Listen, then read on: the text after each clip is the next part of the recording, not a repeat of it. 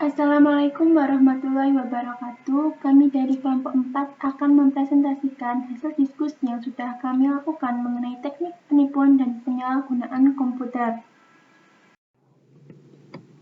Serangan dan penyalahgunaan komputer. Serangan sendiri merupakan salah satu macam tindakan terhadap suatu server yang terhubung dalam suatu jaringan untuk menghentikan layanan. Nah, serangan terhadap keamanan sistem informasi atau biasa kita sebut dengan security attack seringkali terjadi. Di antaranya adalah kejahatan komputer yang bisa kita sebut dengan cybercrime. Semua komputer yang tersambung dengan internet, terutama komputer-komputer dengan rahasia perdagangan yang penting atau aset IT yang berharga, rawan akan serangan. Serangan-serangan tersebut meliputi serangan hacker, pemerintah asing, kelompok teroris, pegawai yang tidak puas, mata-mata industri, dan juga pesaing. Tujuan mereka adalah untuk mencari data berharga atau mencoba merusak sistem. Hacking adalah akses, modifikasi, atau penggunaan alat elektronik atau beberapa elemen dari sebuah sistem komputer yang tidak sah. Hacker menerobos ke dalam sistem menggunakan kerusakan yang diketahui dalam sejumlah sistem pengoperasian atau program aplikasi atau akibat dari pengendalian akses yang buruk. Contoh ilustrasi serangan hacking. Aksikom mengelola informasi nasabah untuk penerbitan kartu kredit, bank, perusahaan otomotif, dan para pengecer. Seorang administrator sistem perusahaan yang berbisnis dengan Aksikom melebihi batas akses yang telah diizinkan. Ia mengunduh file penting dan menggunakan program pemecah kata sandi untuk mengakses ID rahasia. Penerobosan ini merugikan Aksikom lebih dari 5,8 juta dolar. Istilah-istilah dalam dunia hacker. Ada hijacking, yaitu pengambilan kendali atas komputer orang lain untuk melakukan aktivitas terlarang tanpa sepengetahuan pengguna komputer yang sebenarnya. Lalu ada botnet, adalah sebuah jaringan komputer yang terbajak, yang kuat dan berbahaya, yang digunakan untuk menyerang sistem atau malware. Lalu ada zombie. Zombie merupakan sebuah komputer yang dibajak, biasanya merupakan bagian dari botnet yang dipergunakan untuk melakukan berbagai serangan. Dan yang terakhir ada bot herder. Bot herder ini adalah seseorang yang menciptakan botnet dengan memasangkan perangkat lunak ke PC yang merespon instruksi elektronik milik bot herder. Serangan denial of service atau DOS, sebuah serangan komputer di mana penyerang mengirim sejumlah bom email atau permintaan halaman web. Biasanya dari alamat yang salah yang diperoleh secara acak agar server email atau web server yaitu penyedia layanan internet kelebihan beban dan ditutup. Nah, dari serangan denial of service ada juga istilah-istilah yang perlu diketahui, yaitu yang pertama spamming. Secara bersamaan mengirimkan pesan yang tidak diminta kepada banyak orang pada saat yang sama, biasanya dalam bentuk sebuah upaya menjual sesuatu. Pelaku spamming juga melakukan serangan kamus atau dictionary attack, di mana menggunakan perangkat lunak khusus untuk menebak alamat email perusahaan dan mengirim pesan email kosong. Pesan yang tidak kembali biasanya merupakan alamat email yang valid, sehingga dapat ditambahkan pada daftar alamat email pelaku spamming. Lalu ada splog. Para hacker menciptakan splog, spam and blog, dengan link ke situs yang mereka miliki untuk meningkatkan Google page rank mereka. Splog dapat menghabiskan ruang disk dan bandwidth yang berharga serta mengacaukan hasil dari mesin pencari. Dan yang terakhir ada spoofing, yaitu mengubah beberapa bagian dari komunikasi elektronik untuk membuat seolah-olah orang lain yang mengirimkannya, agar mendapatkan kepercayaan dari penerima. Spoofing memiliki berbagai bentuk sebagai berikut. Yang pertama ada email spoofing, membuat email seolah-olah dari sumber yang berbeda. Yang kedua ada caller ID spoofing, menampilkan nomor yang salah pada tampilan ID penelpon untuk menutupi identitas penelpon. Yang ketiga ada IP address spoofing, menciptakan paket-paket internet protokol atau IP dengan sumber alamat IP palsu untuk menyamarkan identitas pengirim. Yang keempat ada Address Resolution Protocol, ARP spoofing, mengirimkan pesan ARP palsu kepada Ethernet LA ketika hanya alamat IP yang diketahui. Yang kelima ada MAC address, alamat perangkat keras yang mengidentifikasi secara khusus tiap node pada jaringan. Yang keenam ada SMS spoofing, Layanan pesan untuk mengubah nama atau nomor dari mana pesan berasal. Yang ketujuh ada web page spoofing, mengirim sebuah pesan atas nama perusahaan lebih kepada institusi keuangan yang sah. Dilakukan untuk pencurian identitas atau untuk mencuri dana dari rekening korban.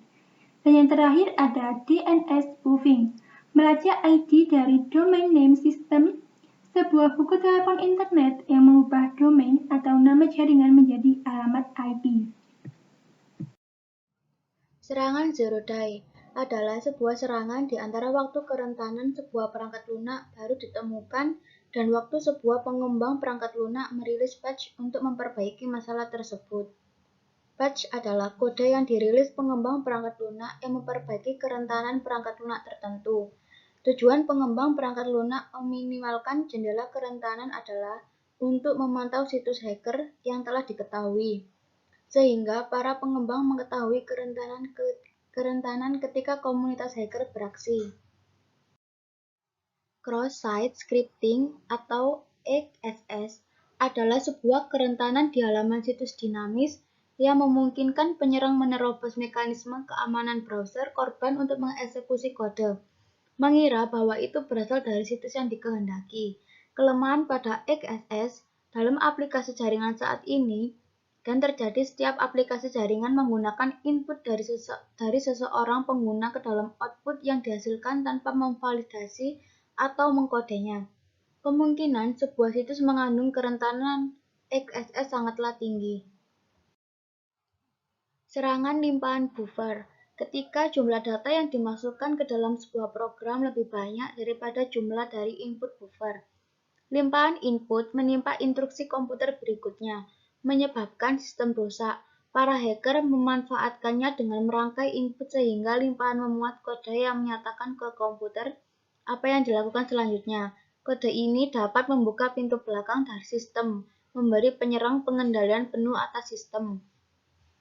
Serangan injeksi atau insersi menyisipkan query SQL berbahaya pada input sehingga query tersebut lolos dan dijalankan oleh sebuah program aplikasi. Hal ini memungkinkan seorang hacker meyakinkan agar aplikasi menjalankan kode SQL yang tidak dikehendaki untuk dijalankan. Serangan man in the middle atau yang disebut dengan MITM, yaitu seorang hacker menempatkan dirinya di antara seorang klien dan host untuk memotong pembicaraan di antara mereka. Teknik spoofing yang dilakukan dalam MITM yaitu yang pertama, masquerading atau impersonation, mendapatkan akses ke sebuah sistem dengan berpura-pura menjadi pengguna yang sah. Pelaku hanya perlu mengetahui ID dan kata sandi pengguna yang sah. Yang kedua yaitu piggybacking. Yang pertama, pengguna diam-diam jaringan tetangga. Yang kedua, menyadap ke dalam sebuah jalur komunikasi dan mengunci secara elektronik pengguna yang sah sehingga membawa pelaku ke dalam sistem. Yang ketiga, mengikuti seorang untuk menerobos pengendalian keamanan fisik seperti keypad, kartu identitas, atau pemindai identitas biometrik. Berikut ini lanjutan serangan in the middle atau MITM. Yang ketiga yaitu ada pemecah kata sandi. Ketika seorang penyusup memasuki pertahanan sebuah sistem untuk mencuri file yang berisi kata sandi yang valid, akan digunakannya untuk mendapatkan akses ke program file. Yang keempat ada war dialing, yaitu memprogram sebuah komputer untuk menghubungi ribuan sambungan telepon untuk mencari dial-up modem lines. Hacker menerobos ke dalam PC yang tersambung dengan modem dan mengakses jaringan terhubung. Yang kelima ada war diving, berkendara mencari jaringan nirkabel rumah atau perusahaan yang tidak terlindungi. Yang keenam ada war rocketing, atau menggunakan roket untuk melepaskan titik akses nirkabel yang terhubung pada parasut yang mendeteksi jaringan nirkabel tidak aman. Yang ketujuh ada phreaking, yaitu penyerangan sistem telepon.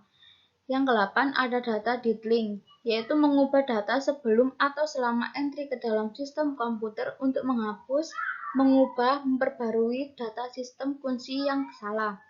Yang kesembilan ada kebocoran data, yaitu menyalin data perusahaan tanpa izin. Yang kesepuluh ada port slurping, yaitu mengunduh data tanpa izin dari sebuah komputer. Yang kesebelas ada teknik salami, yaitu pencurian uang dari beberapa rekening yang berbeda. Yang ke-12 ada penipuan rundown, yaitu perhitungan bunga dipotong menjadi 2 desimal dan kelebihan desimal diletakkan dalam akun pelaku. Yang ke-13 ada spionase ekonomi, yaitu merupakan pencurian informasi seperti rahasia dagang dan kekayaan intelektual yang memiliki kerugian mencapai 200 miliar US dollar setahun dengan peningkatan kerugian menjadi 323% selama satu periode 5 tahunan. Kerugian tersebut dilimpahkan pada pegawai, mantan pegawai, dan pemasok. FBI juga menginvestasikan sekitar 800 insiden terpisah atas spionase ekonomi pada berbagai titik waktu tertentu. Beberapa anggota Dewan Direksi Lexar seperti Reuters Analytics dan desainer Ware, mereka akan membantu perusahaan untuk mengembangkan perangkat lunak dalam melacak lokasi komputer yang mereka sewakan, memulihkannya ketika dicuri, dan melumpahkannya jika penyewa berhenti melakukan pembayaran. Pemerasan dunia maya, yaitu merupakan pengancaman untuk membahayakan sebuah perusahaan atau seseorang apabila ketika jumlah uang tertentu tidak dibayarkan. Investigasi menunjukkan sistemnya telah berhasil dimasuki dan data nasabah telah disalin. Cyberbullying merupakan penggunaan teknologi seperti internet, telepon seluler, atau teknologi komunikasi lainnya untuk mendukung perilaku yang disengaja, berulang, dan bermusuhan yang menyiksa, mengancam, mengusik, menghina, dan lain-lain. Cyberbullying terjadi pada anak-anak usia muda, remaja, dan pra-remaja.